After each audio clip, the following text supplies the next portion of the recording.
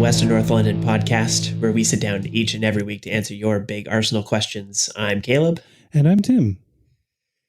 Tim, we're back. It's 60 episodes in. Yeah. We did it. Yeah, it's not bad. We're inching to that magical 100. Every 10 episodes, I feel like we've reached another mark somehow, even though all we did was show up and do the same thing for 10 weeks in a row. Yeah, no, it's been 60, that's like 60 weeks of our life. More than that, really. I mean, we weren't really doing anything during the break, but I count that. Yeah. All right. Well, let's not waste any time this week. We've got plenty to talk about. So let's dive into the drinks this week. What is filling your cup? Well, I'm going with a very Caleb-like beer. It's the Meowza by Georgetown Brewing. I have not had that one. It's a double IPA, which, yeah, it's strong. It's 8%. I think it's exactly up your alley. That sounds very right. Strong.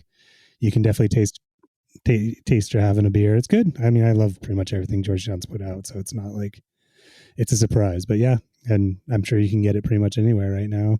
Very nice. And it has a cute cat on it. Aw. That looks great. I'm going backwards. I'm doing one of my favorites again.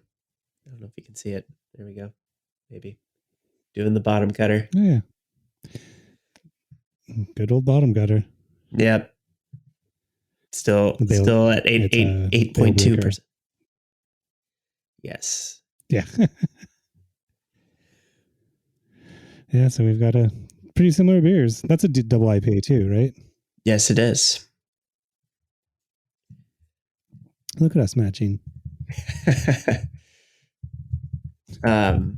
So now that we've got the drinks out of the way, what do you got for your question this week? My question this week is I was just thinking about it with third jerseys and all that. If you could design a third kit for Arsenal, what would you design for the third kit? How would you do? What were the colors? What would you go with? Not, like the first kit's pretty set in stone, I think. And, second kit, obviously yellow and blue is the best. But the third kit, you have a little bit more freedom with. So what would you go with? How would you go?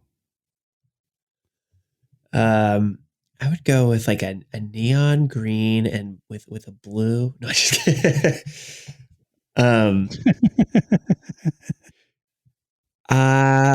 Let's see. What would I do with that? Yeah, I the problem I always have with the third kits is they're usually pretty wacky colors. Like I don't mind if it's like an accent color, like the black with the pink. I don't mind the pink if it's like just a little bit of a trim or something. And then we had the mint green in recent years. We've had what else is coming? We had that black and purple striped one. Right. Yeah. That I like that one quite a bit. Yeah, it's hard to go too far outside of your lane without also, you don't want to step on any other team. Like you can't really do a light blue without being in the Man City territory. There's different areas you don't really want to get too close to other teams' colors. I know. We should do all white with like a dark blue. Oh. Maybe not that. I'm trying to. I would want something I would actually wear. Like that's the trick, is finding something that's actually appealing. Yeah. I feel like we cover all the good colors in our primaries between the yellow and the blue and the red. I do really like the alternate kits that they put out this year. Those black and red ones are really slick. I like that a lot. Yeah. But that's pretty boring. That's not too exciting. It's just something I would actually wear. Yeah, I would go. I like the neon. I like the neon colors, so I would go with like kind of a more maybe a electric blue, or kind of something really bright with like a. Yeah. Yeah, it's hard to figure out a good accent color, but I really like orange. I mean, blue and orange. I feel like I would. You want to stray way outside the normal Arsenal colors. I like that combo. But I'm no That'd be designer. quite a that's quite a combo. That. Yeah. I think I would go with mini. A few years back, we were doing, or we had those. It was like the plum kit or whatever. It was the first kit. It was a tribute to the first Arsenal kit that we had. So it was kind of like a maroon color, and I thought those jerseys always looked good. I mean, also we had a really awesome team that year, so it doesn't it doesn't hurt to have that good memories. But I think they would make actually a good third kit as well. I saw some leaks of I believe it's the third kit coming out. That looks like Adidas is possibly doing an homage to a Nike kit, the like blue lightning. I think that's what it's called, from the 90s. I don't have it pulled up in front of me, but it's I kind didn't of a see the leak. zigzag pattern. Huh. But I was like, well, Adidas is now doing. They've tapped all their old designs already, so now they're going and covering the other brands, which is interesting. Exactly. I mean, at the end of the day, it doesn't really matter what they put on their backs as long as they start winning, you know? Yep. I do like them to look good, though. I'm not sure I'm excited about the new primaries for next year. With it looks like they've got kind of white down the it's just pure white down the sides. It's like red primary kind of down like the middle with whites down both sides under the arms, which I don't know if I love that, but kind of like Ajax. A little bit, yeah. Although maybe not as good.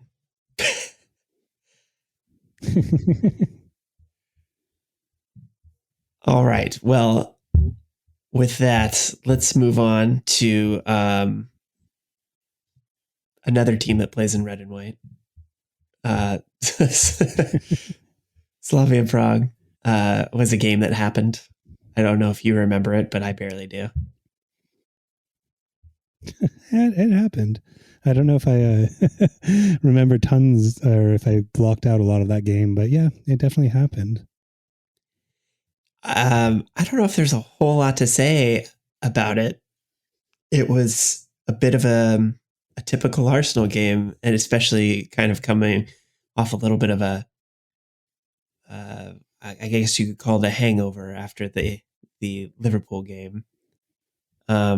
Not exactly the return to form that anybody had hoped for, but it could have been way better. It could have been way worse. It just kind of ended up being a really flat game for most of it, and then Pepe pops up in the 86th minute, gets us on the board, and what do you know? Like 5 minutes later, they just fall apart, and it led in a late goal from Prague. So, ending that game tied was far from ideal, especially with giving them an away goal at the last minute. Just very frustrating, but so typically Arsenal. Yeah, it was definitely such a typical Arsenal thing. I think what was frustrating about it is that we did dominate that game. It felt like, at least in my watching. Again, it's not a game I queued up and rewatched because it didn't really titillate me to try and do that. But I felt during the game that Arsenal was dominating, but we weren't getting the score to prove it. And And when Pepe scored that late goal, I was like, it was like a sigh of relief, and I was like, okay, cool, like we got away with it, like we got the 1-0. And the most important thing is that we didn't let it an away goal, was my thinking at the time. And then lo and behold, at the death of the game, Arsenal figured out a way to let in an away goal on just a trash corner. And I mean, in that way, it feels very, very typical Arsenal. And yeah, I was disappointed with the game, but at least we didn't lose. Is I guess the only bright side out of it. I think we played well. It's nice to see Pepe coming in with a goal. I thought Pepe actually did look lively. We go to the away leg with, everything to play for, really. And, just like anything, we have to score. And if we score, I think we'll be in a good spot. Absolutely. I do have to hand it to Aubameyang for pretty nice play to control the ball on the break and then check back and then somehow assist Pepe while falling to the ground. Like he somehow slid Pepe through while falling backwards. So cheers to him for for making that happen, and Pepe just out hustling. I think he was just for some reason watching Pepe more often than not, he is tangled up with the defender. He does not give himself a lot of space. He really is usually arms up, battling with the player next to him. Yeah.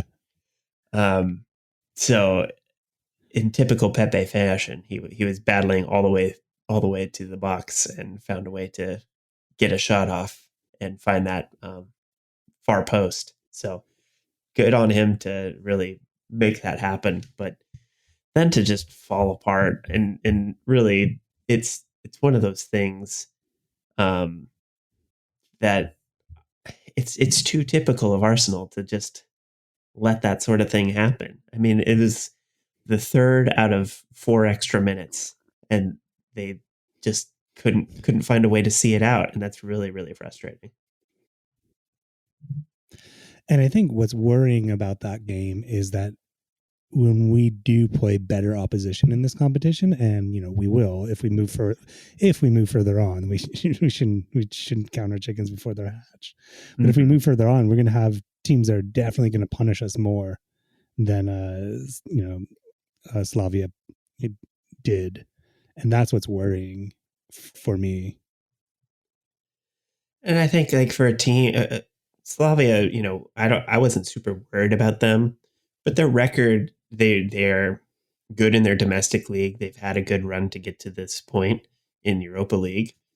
To go home having like snuck an away goal out of the first leg, they're going to feel pretty confident. It's not going to be a walk in the park for Arsenal in the second leg. I think that if we had controlled things in the first leg, then it would be a very different story. Well, I think that's the thing that's is dangerous, is that we've seen that they can obviously shut down Arsenal, and they did for 86 minutes, and they bend but didn't break. And I think that's the worrying thing, is they're gonna. It's not going to be a pretty game. I don't think the second leg. I think it's going to be a pretty. Slavia is going to play pretty tight. I mean, it all changes if Arsenal can get a goal. If Arsenal gets an early goal, I would be happy, because that just really changes the complexion of everything. And then it puts us on the front foot. So, yeah, I think we've got the other issue that was a problem, I guess, was just the amount of injuries we've been dealing with. And so putting out a consistent lineup lately has been difficult. And if you are going to prioritize the Europa League as the primary competition, the selection process gets a little bit tougher right now.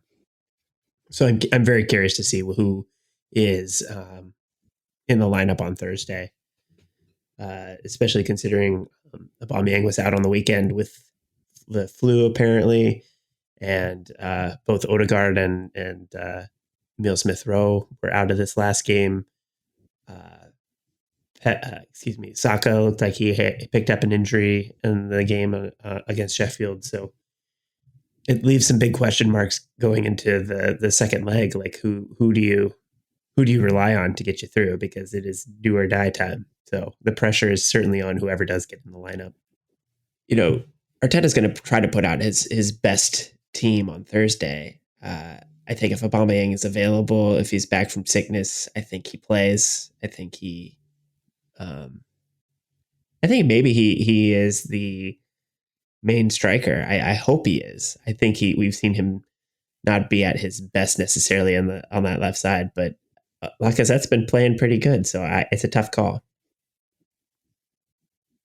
For me, I mean, I know I've said this a couple times, and I hopefully I'm wrong about it, but I really do think at this point that Aubameyang's a bench player for me. That like I think Lacazette is showing a lot more going forward than Aubameyang is really, and he has the scores, the goals to show it. So I in my mind, the best team right now is not having Aubameyang start, and that's just the sad fact right now. But it is what it is. Yeah, I don't have too much more to say on the Slavia game, so maybe that's a good thing to transition into the Sheffield game because we did get to see a really solid performance without Aubameyang, and I think that's it's important for this team right now, and it's important for Aubameyang to like take notice. Um, I don't want to like rub salt in the wound if there is a wound there, but it's like it is a good reminder that this team will push on whether he is in it or not, and whether he's in form or not. We have to figure out how to play without him or with him, and the team is certainly better when he's at his best, but that has not been the case lately. Yeah, I mean, I think with that Sheffield game, one of the issues is that to remember is that Sheffield is a garbage team. They are awful. There's a reason why they're where they are in the league. Like if we could play teams like that every week, we'd look like superstars. Absolutely. Their defense is all over the place. But you can only play who you can play or who you're playing against. You can't pick them, and it is nice to not lose that game. It's nice to get some goals in, get some confidence going.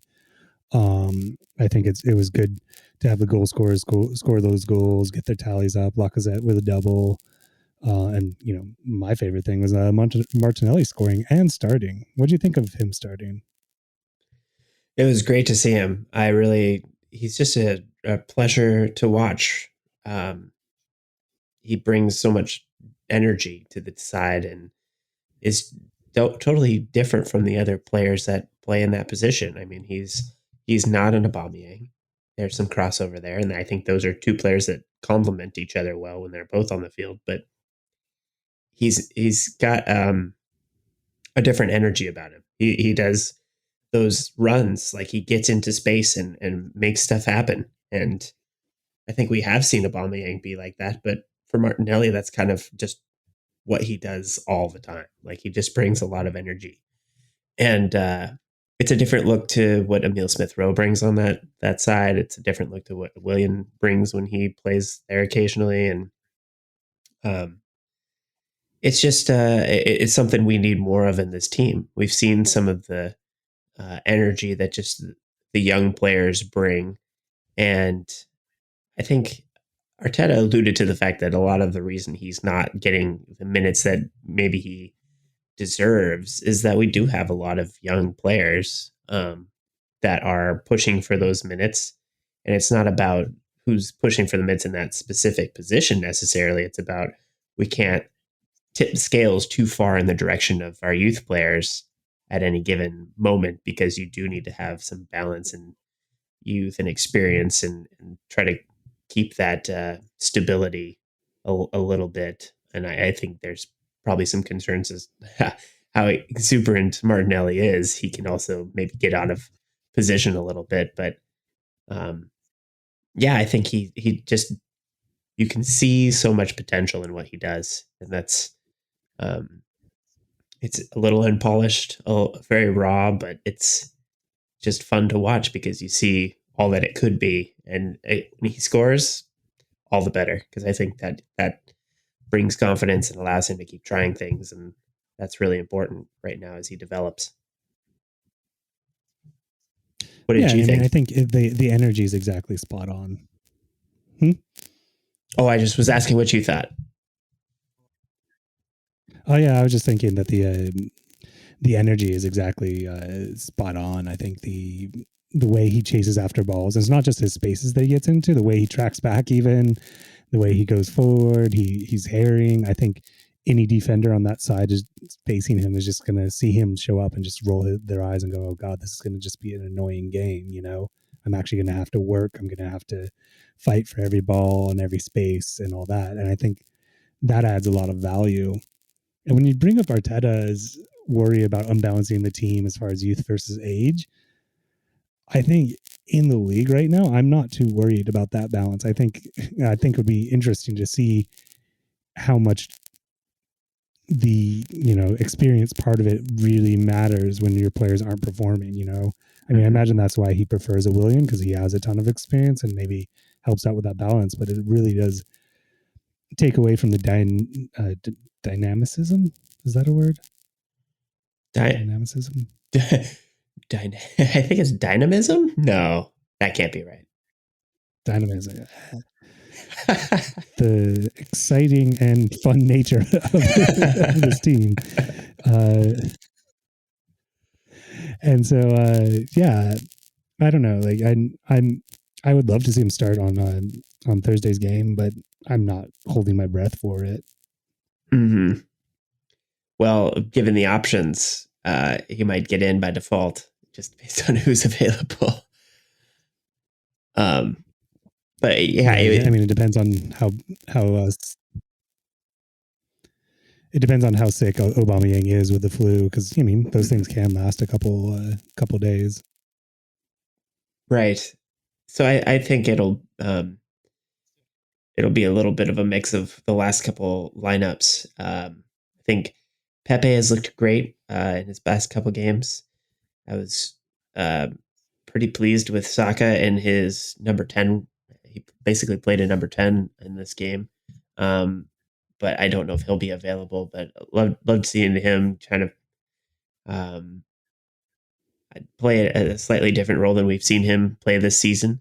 Um, and then we had, interestingly enough, had Ceballos playing in the midfield while Xhaka was playing at left back, which was really surprising. I guess our options at left back are limited, but when I saw the lineup, that was not by far not what I was expecting, and it worked out pretty well. I thought Xhaka held his own there and was pretty solid. And it's not, I guess, when you look at what he does normally, where he kind of tucks back in and fills that role when Tierney's pushing up, it makes a ton of sense to just drop him in there and then allow him to kind of command the field from that back line, which was worked out well.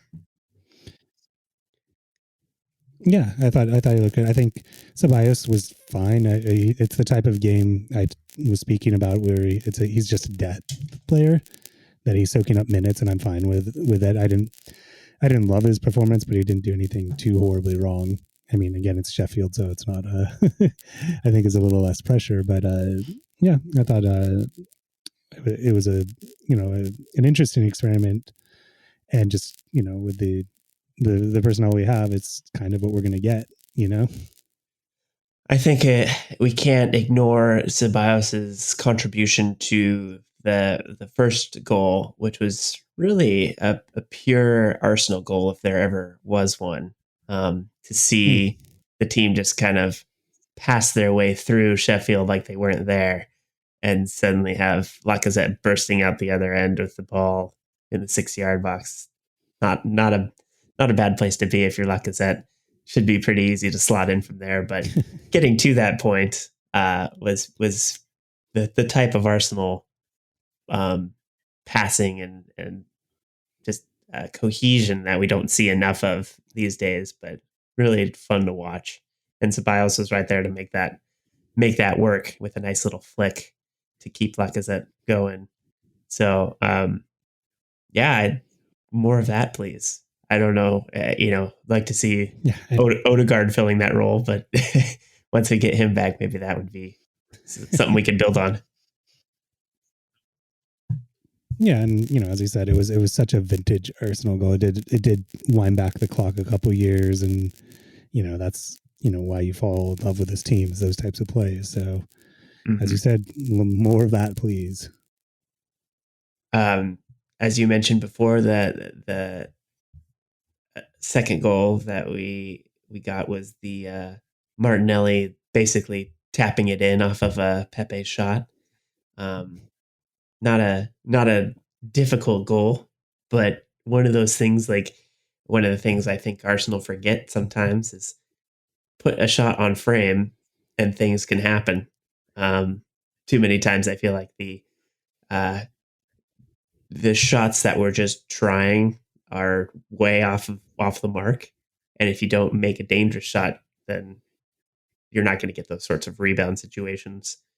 So it helps when you keep it low and kind of force the keeper into making a decision or the defender, whoever it may be. But um, that's the type of thing you want to set up. Martinelli didn't have to work too hard, and thankfully he didn't like sky it from right outside the box. That's definitely something we've seen happen. So uh, cool and composed, and made it look nice and easy, which is exactly what you want for somebody who needs to build their confidence again.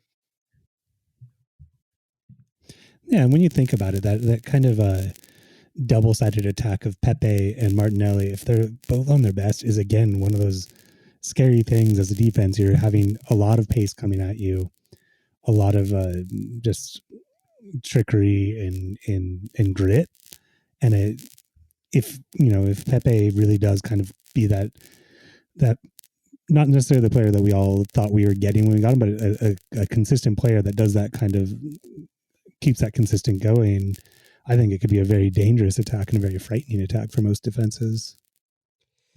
I still like Pepe is so consistently active and dangerous. Maybe not consistently scoring or assisting, but when he's on the ball, you can see that things are happening. And I do feel like there's still something that needs to be done in this offseason to get the best out of him. And I don't know what that is. Maybe it's finding him a better partner in that right back position. Um, Maybe it's kind of shifting the his where he plays a little bit more, like maybe getting him closer to goal a little bit more. Um, I don't know what it is, but I feel like there's something that needs to change to get just that little bit more consistency as far as actual goal scoring. But I just love what he brings. Most of the time is that he is causing problems for defenders, and that's absolutely something we need in this team. And that unpredictability is it's an asset. Just need to figure out how to convert with it a little bit more. But I mean that goal that he had against Slavia was exactly what you want to see. He just was able to take a guy on and get into a position where he was one on one with a defender, and um, he shines when we can get him into his best positions. I feel like that's true of Lacazette. I feel like it's true of Aubameyang or anybody. You just have to find a way to get them into their most favorable positions. It turns out that when you play players in their favorite positions, they tend to do better. But the one of the things I was in a podcast I was listening to was talking about Pepe, and they followed him a lot in the French league, and were kind of an expert in the French league. And they said that goal against Slavia was like that was bread and butter for Pepe in the French league. That was his goal that he'd score like 10 times a season. So if we can get him to do that more, that would be awesome. I think that maybe I don't know if it's a confidence thing or if it's how he plays with us that it doesn't get him into that position. But hopefully we figured out a way to get him into those positions that he favors. Yeah, I feel like too often we're seeing him get isolated where he's taking on two or three defenders rather than getting in those one-on-one positions or where he's on a break and can get the ball to his feet and get away from the pack of players. I think that is ideal for him. And kind of leading into the third goal that we had, I'd love to see that chemistry develop with Partey because that guy can pass. We saw that him hit Yeah. Lacazette in stride, and part of what, the amazing part to me on that third goal for Arsenal was um, the fact that he just kind of burned the Sheffield defender, just let the ball run and found himself in space and was able to pick Lacazette out really easily. Love to see that sort of connection with Pepe. I think that is absolutely um, something that we need more of. And again, with Aubameyang too, there's somebody who could take more advantage of that sort of passing. And how do we get more consistency out of these players who we know have the quality to do these sorts of things, but can't seem to um, do it on a regular basis?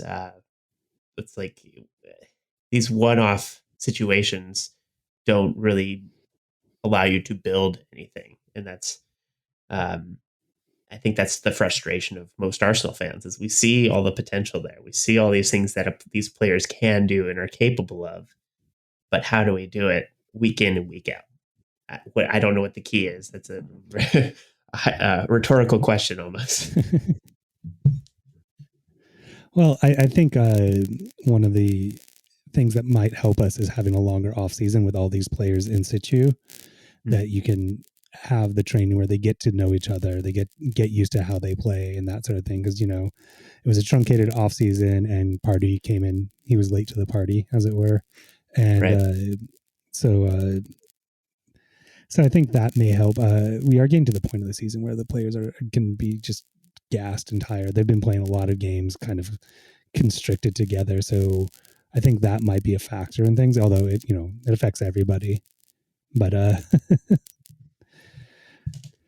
yeah, I don't know the exact answer. That's why we pay Arteta the big bucks.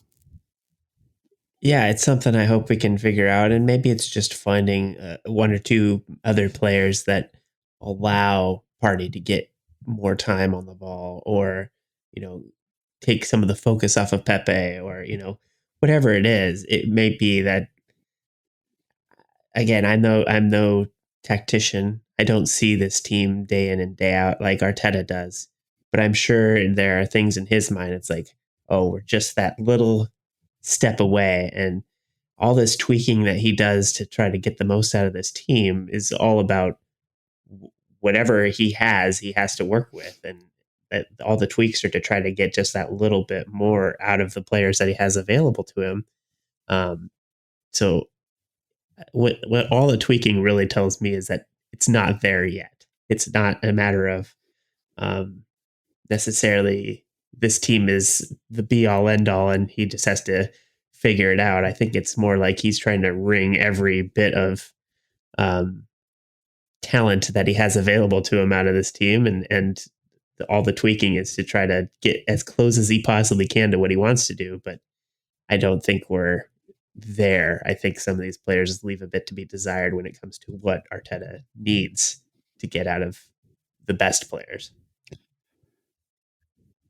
Yeah, and well, luckily, besides the Slavia Prague, the next game coming up should also be a pretty a good game to kind of work out these kinks with Fulham coming up. Who I did watch their last game, and they lost.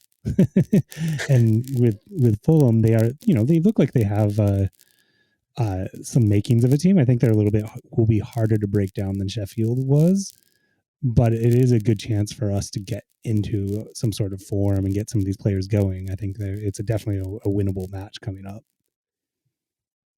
Yeah, looking at Fulham's run of form here, they're pretty much playing it as bad as Sheffield has been. Four losses in a row. Sitting in at the, they're not, they're in relegation as well. So it's not looking too hopeful for them. And thinking back way to the beginning of this season, Fulham was one of those games where we were like, man, this Arsenal look pretty good. This is going to be a good season. Look at Willian. He's pretty good. That sounds like it might be a good signing. A lot has happened since then, but the outlook of Fulham has not changed a whole lot. So I feel like we're going to find success one way or another there. Well, with Fulham, they are fighting. If they would have won that game, their last game, they would have actually been out of the relegation zone. The way the game stacked up and all that, they obviously didn't. And but they still have a light at the end of the tunnel. They're 6 points back with a game, or with one more game played. So there's it's not like a huge light, but they still have a light. So they will be essentially fighting for their lives. And as I said, just watching them play last weekend, even though they lost, they look good. It really is just for them, the finishing. So if they put together a couple goals, we could be in trouble. That being said, hopefully we can really dominate the game and really do what we did to Sheffield to Fulham. Yeah, absolutely. I think we'll see what kind of game we have against Prague, but I feel pretty confident that this should be a good game for rotating. I feel like it should be a good game to build confidence, assuming things are going well. So I'm hopeful for Fulham. I don't want to count our chickens here, but we've got we've got a run of winnable games here, and we can't take anything for granted. I'd love to move above. I think I've said before, I think in my mind the goal would be try to beat Tottenham at the end of the season here, and B, at least improve on our 8th place finish last year, just to feel like we're making some progress. And right now we're sitting in 9th with Everton just 3 points ahead of us, although they have a game in hand. But I'd like to see us move up as much as we can before the season's over. So I think we can't take any of these games for granted. We got to try to get 3 points every game in the Premier League and see where it takes us, because you never know what's going to happen ahead of you. Yeah, and as we keep on saying, this is a run of winnable fixtures towards the end of the season. There's 1 or 2 games that will be more difficult. There's a Chelsea game coming up, I know, and a Leicester game coming up at some point. But the rest of the games really should be winnable fixtures that kind of at least give us a platform. Because, really, besides the Europa League, what we want to do is end the season strong so we have a platform to build on for the next season. Absolutely. All right. Well, let's keep rolling here, and this would be a good spot to take a break before we come back and answer some of your questions. So, with that, let's take a little pause. Be back with you in just a minute.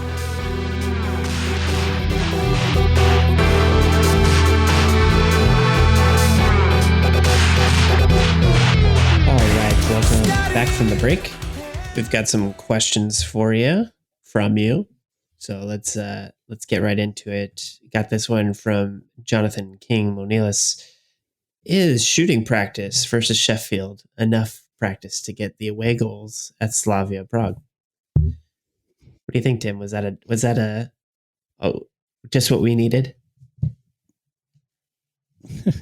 I mean, obviously, as we mentioned before, Sheffield is not a good team, and I do think that Slavia is definitely a much better team than Sheffield is. I think that getting some goals in players' legs and just having a win is going to make the squad positive. I think part of the problem possibly from the first leg was that, you just come off of a game where we just got thoroughly trounced, and, literally we couldn't find any bright spots from that game. And I don't think the players could from that Liverpool game. So at least having 3 points and 3 goals behind you in your most recent game is, got to be buoying. It's got to, help the morale of the team. I don't think they're going to take any lessons from that game and be able to apply it to the Slavia game necessarily, other than maybe that Martinelli is a great player to start the game. Yeah, I think any bit of confidence you can try to rebuild after that Liverpool game definitely helps. But I do think there's a challenge ahead of us to go away and get the goals that we need to get. But one away goal really will do wonders and gets us um, back where we need to be.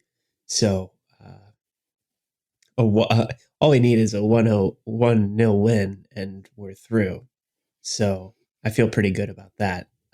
But I would love to go in and just control the game.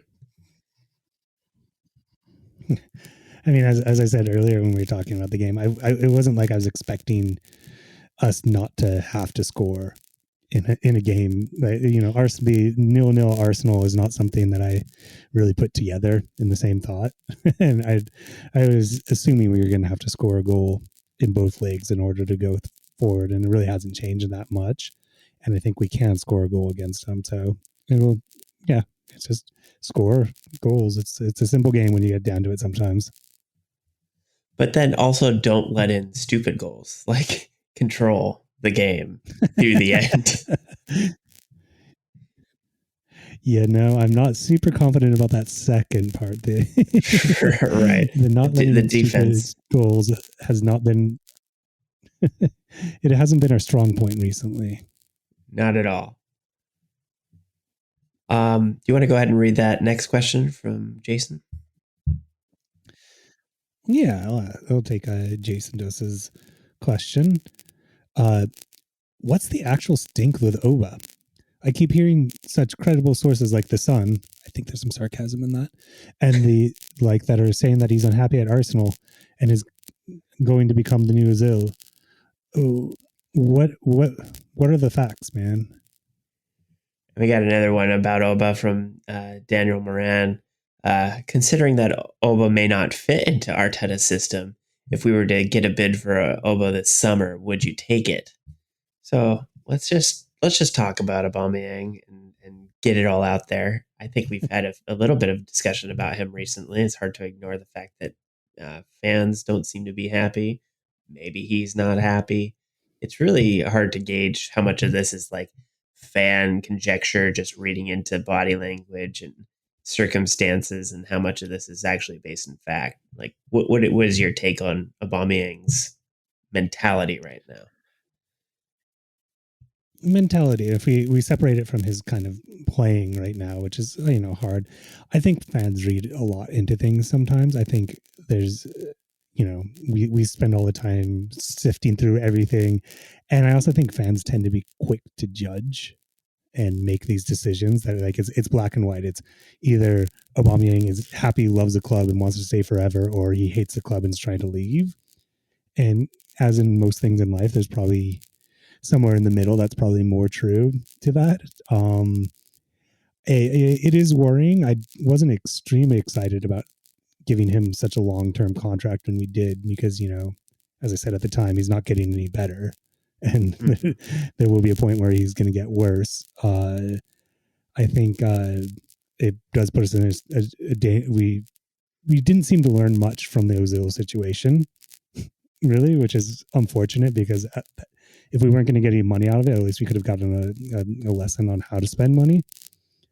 And I think we're seeing a possibility of that big contract millstone thing rearing its head. And I think part of this worry does come from that Ozil situation, that we've been burnt once, so we're a little bit shy.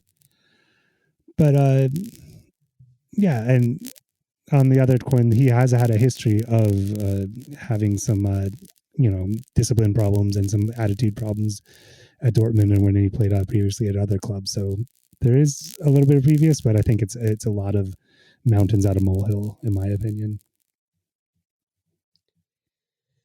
Yeah, I think he's got to be frustrated. I think any player of his caliber would be frustrated not scoring consistently, not getting consistent playing time, maybe kind of feeling like you're playing out of position. Although I've never heard him make any comments about playing on the left versus in the center forward position. So I'm not sure that is a big factor. I think he would just like to play and not really worry too much about where that happens.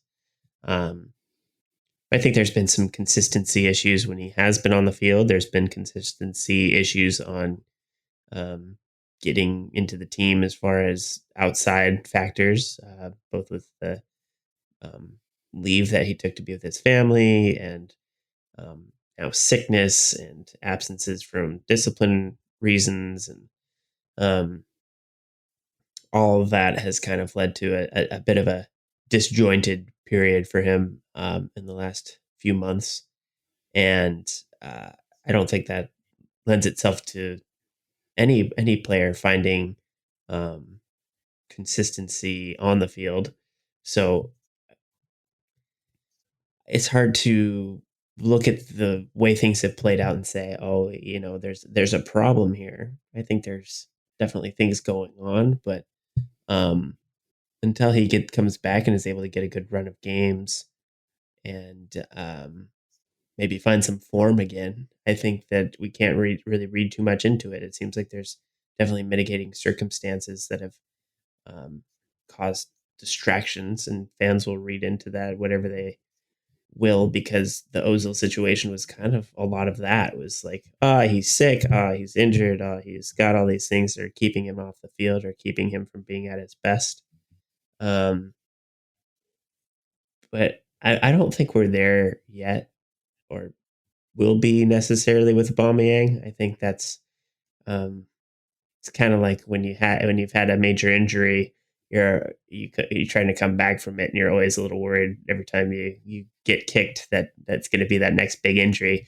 We as fans are like that with Aubameyang. We feel this um, fear, like the Ozil situation is going to come back again, because it was traumatizing. It hurt us as fans. It hurt us as far as our confidence in the front office, as far as how they handle our big players.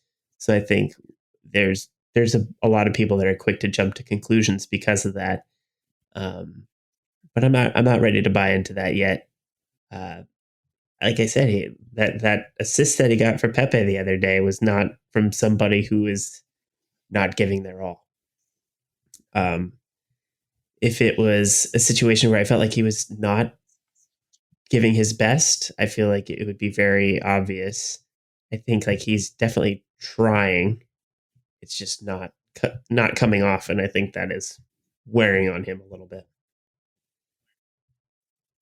Yeah, exactly. I think you're exactly correct when you say it's not that he's not trying. When you watch him, it's not like he's walking around doing like the full Zlatan or like sulking on the pitch or anything like that. He does look like he's trying. It's just what he's trying isn't coming off. And it's why when I discuss him, it's not like I'm mad at him or like I'm frustrated with his results, just as he's probably as frustrated with himself about the results. But I don't think it's from a lack of effort or caring or trying. And yeah, I think a lot of this stems from the wounds we as fans got from the Ozil situation, not only between the club and us, but between fans. I know that was a very sticky issue among other Arsenal fans and the Arsenal faithful. So I think there's a lot of kind of residual feelings from that as well. Yeah, I don't know if you can buy into all the things you're reading in the newspapers right now either. I think they're looking for pretty much anything to um, stir the pot, especially when I think there's some narratives like Arteta can't handle players, and I think they're also looking to find ways to chip away at the Arteta narrative a little bit, and so I think that trying to create this Ozil 2 situation is a way to just bring more headlines, because people are ready to believe that could happen again. So I'm not ready to buy into it, and all I really care about at the end of the day is that the team is not affected by it. I don't want it to be a thing that distracts the rest of the players, and that's, I think, not what's happening at the moment. Yeah, and getting to the second part of the question, though, would we sell him? I think actually, if the right offer was made, I would sell him in an instant. I I I I was kind of of that opinion before we gave him the big contract, and I still think that if we can get decent money for him, decent value, we can reinvest that in other places on the pitch or into a new striker or that sort of thing, as opposed to, as I say, he's going to fall off a cliff if he hasn't already fallen off a cliff as far as his talent and what he does after he turned 30. And so if we can get good money, that'd be I would be okay with it. The second part of that is, where can we get the good money from him? It's I listened to another podcast where they were talking about the prospects of selling him, and there's not a lot of good options. China isn't spending money anymore. He might be able to get a good contract over at one of the Middle Eastern clubs if he wanted to go there. But as far as continental Europe, I just don't see people dropping the money that he's worth for him. Yeah, I think when you're talking about Aubameyang, you have to kind of consider the Lacazette situation as well. And um, you know, I think one way or the other, we have to let one of those players go. We have to try to make some money back from one of those guys. If both of them were to get offers, I would totally go, go for selling both. I wouldn't feel like it's tough because I don't think Nketiah is the right guy either necessarily. So are we ready to go scorched earth and just rely on Martinelli as our lone striker prospect? I think you'd have to have some firepower to replace that, like losing three strikers. I don't think that's realistic, but um, a complete rebuild seems far fetched. But uh, I would take it if the offers are right. It would be hard to turn down the money as far as rebuilding the rest of the team.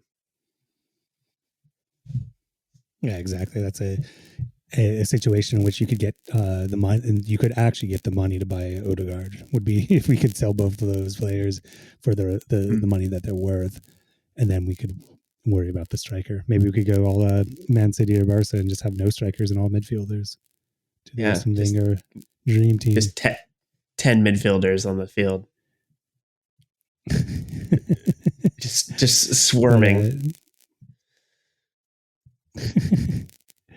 But yeah, and obviously the tricky situation with Lacazette is, yeah, he's performing well. I'm happy with Lacazette right now, but unfortunately, you can't be too sentimental or too precious about these things right now with the situation that Arsenal's in, where it's money isn't growing on trees for us, and we have to do something with Lacazette, and I have a feeling we might get some offers.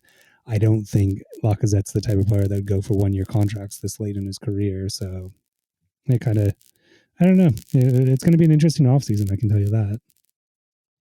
Yeah, that was my thinking, is that at the very least, Arsenal could give him a 1-year contract. But you're right. At this point in his career, he's probably looking for his last big contract if he can get it. So a 1-year extension probably doesn't seem appealing to him, because there wouldn't be much left in the tank necessarily after 2 more years with Arsenal. Um, so I don't see that being a realistic option necessarily, unless he really loves Arsenal that much and wants to, see if he can get a little bit more here. Um, but maybe if the offer, maybe he waits it out and tries to see what other offers are available, and then if there's nothing, he does sign an extension if Arsenal put it on the table. But if there's anything that's remotely reasonable, I feel like Arsenal should try to recoup some of the cost from Lacazette. Yeah, I mean, I think the only nightmare situation is that we wait him out and then we just lose him on a free. That'd be my nightmare situation with him. But Arsenal's definitely had a history of that before. So yeah, that's not a game I really want to play anymore if we can avoid it. All right, we've got one last question from Tim Whittam. I'm going to probably read this and then rephrase it a little bit. But let's go through it here. The business profit loss model makes economic sense, but doesn't make emotional supporting sense. We need players who care about the club in the end, young or old. Is it? It is. It is the indifferent or non-committed that should be sold or not bought in the first place. Um, so basically, he's saying, it shouldn't matter what the age or profile of a player is necessarily, more what their commitment or uh, what they bring to the team. Like, I guess it's should we be buying players like Willian who look good on paper but don't necessarily bring a lot of commitment and enthusiasm to the team? Um, it's a tough question because it's kind of philosophical in a way about how we approach the off season. I mean, I think in an ideal world, I think I would love to have a team of all players who love Arsenal as much as I do. I think that's, Mm-hmm. and when you get a player like Tierney who seems to love the team, it's awesome, and you really do feel that connection. I think, unfortunately, we are in an age where that is well past what players think and how players attach. I think most players are looking at their career and not necessarily their hometown team. They might have, especially after they retire, they'll have their opinions and will support a team. But as far as the best thing for their career, they're going to want to just, not necessarily have the strongest of loyalty. That being said, I think there is models in which you can get a lot more loyalty from your players, and that's something that Arsenal's kind of dabbling in now, which is going through your youth setup and really working through theirs and supporting those players. And we've seen that with Saka, we're seeing that with Smith Rowe. These players actually do care about the team, and I think that's what, more than their talent, that's their love for the team is what really spurred us on when they kind of came in and gave us impetus. So there are ways to do it, but as far as, I don't think there's many players that you bring in that you're going to be lucky enough to find that they just instantly buy in.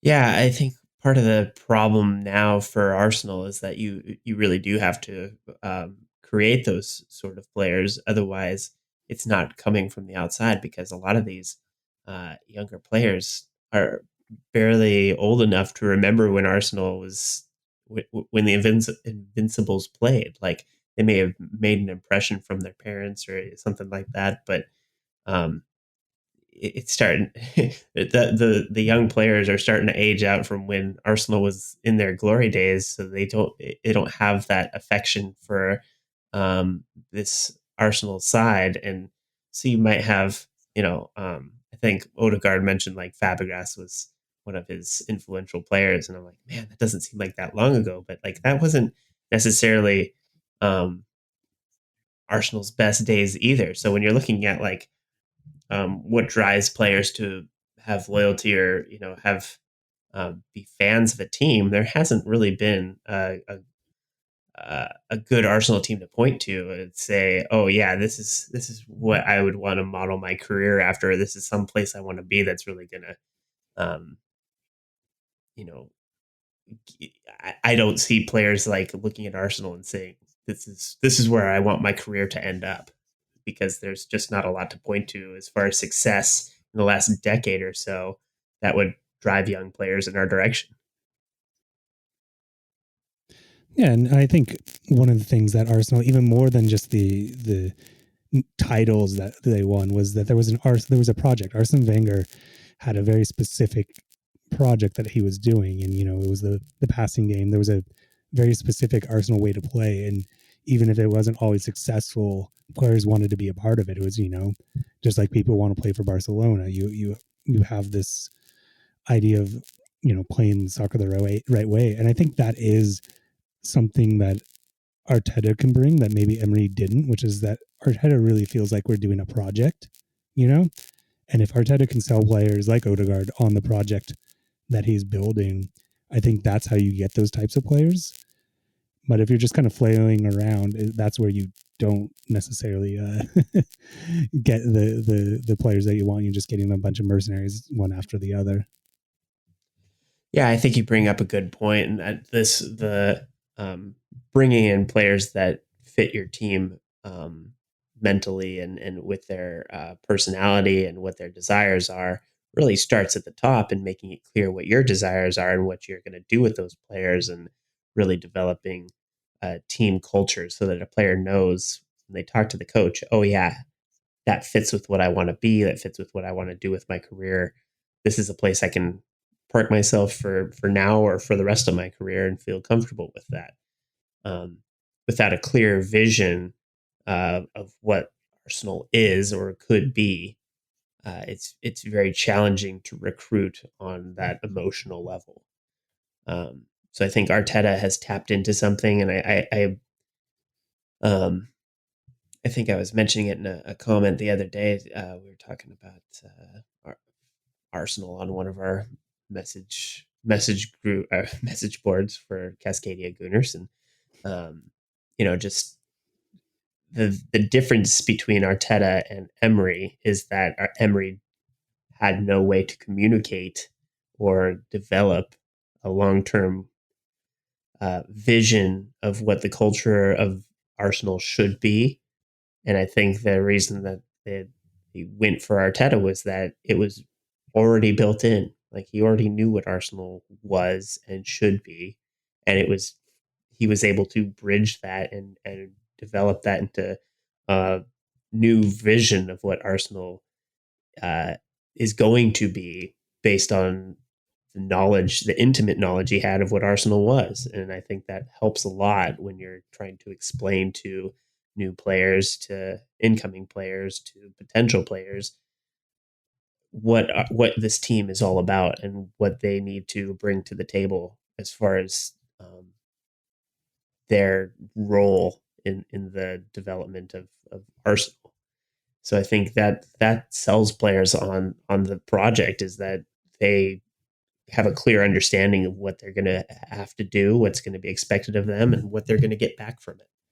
So it's not necessarily something that we have figured out yet, but I think that Arteta gets it.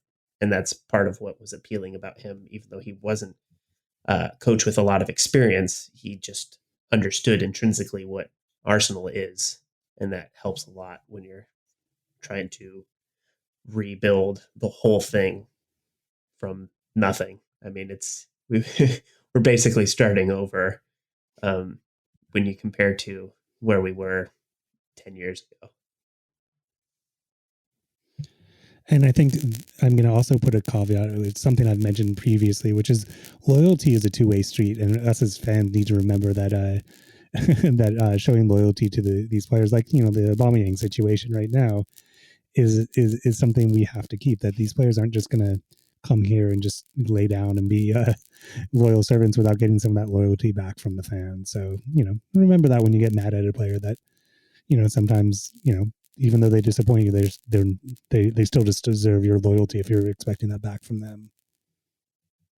Yeah, that brings to mind Xhaka, because I watched a video that Arsenal put out today, and it was one of those mic'd up videos that they've been doing with different players on the team.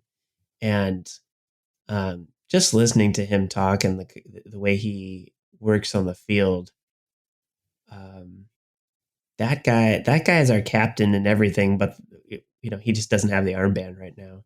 Um, but he gets it, and it's unfortunate that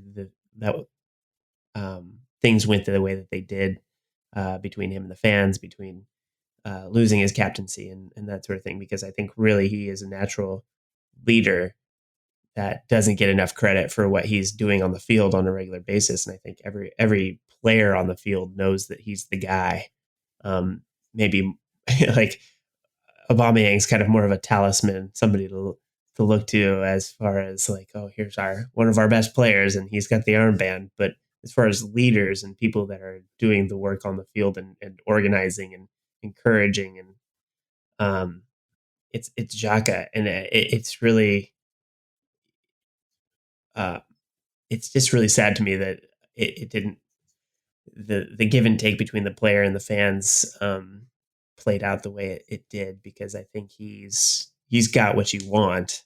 And yeah, I don't know that Aubameyang has that in him, but at least we have those leaders in this team. So it's good we have the Louise, the Xhakas, the whoever it may be, the Tierneys, to keep this team functioning, because you absolutely need those types of players that understand what this team is about and continue to demand it from the players around them. Yeah, definitely. And as you say with the Xhaka, it is an extremely unfortunate situation, because it really was one of those things where things were just getting toxic, and it was a two-way street. I think there was some issues with parts of the fan base being a little bit too critical of a player, and in some ways I applaud someone that cares enough to actually flip off the fans in a certain way. It means he's not just doesn't care. The worst thing I think would be if a player just like ducked their heads and like just disappeared away, kind of like Ozil did, you know? Right. You don't want to hide from that stuff. I think he came to have the passion is what you want. No matter how it plays out. You don't want somebody that's going to hide from that sort of thing. All right. Well, let's wrap the questions up there and hit the fantasy update on our way out here. Well, fantasy was a pretty bad week for everybody involved. I think it was kind of a weird week. I think some of the consistent performers didn't perform. So I had a lowly 44 points, which I try and hit 50 points a week, and I'm definitely not hitting that. But you, Caleb, you got 24 points. 24. Is that really what I ended up with? Oh, yeah. Yeah. That was even with me taking off Tierney and everything. I said, I think it was a weird week. I actually had one player give me negative points, which always annoys the crap out of me. But I really should probably stop playing any Southampton players. I have Ward-Prowse in, and because I know he can me too. Perform, but I think he's going to the dustbin now. I have Tierney on my bench in the hopes that someday he'll come back, because he's currently my only Arsenal player even on my team. And I feel like I have to have an Arsenal player on my team, but you know, we'll have to shake things around. Maybe I can put Lacazette in and get some points off of him. Yeah, it's definitely not happening with Aubameyang. He's one of my two Arsenal players, and it's been pretty sad lately. Yeah, well, especially not getting the starts even. Yeah. But I had just assumed he would get starts eventually. Well, I definitely kind of pull him, and although that Fulham game might be a game he starts, so we'll see. All right. Well, with that, we'll wrap things up for the week, and I just want to thank you for hanging out with us for 60 episodes and getting through this episode with us. If you haven't done so already, we'd love it if you would subscribe to our podcast wherever you're listening to it right now. Go hit that button.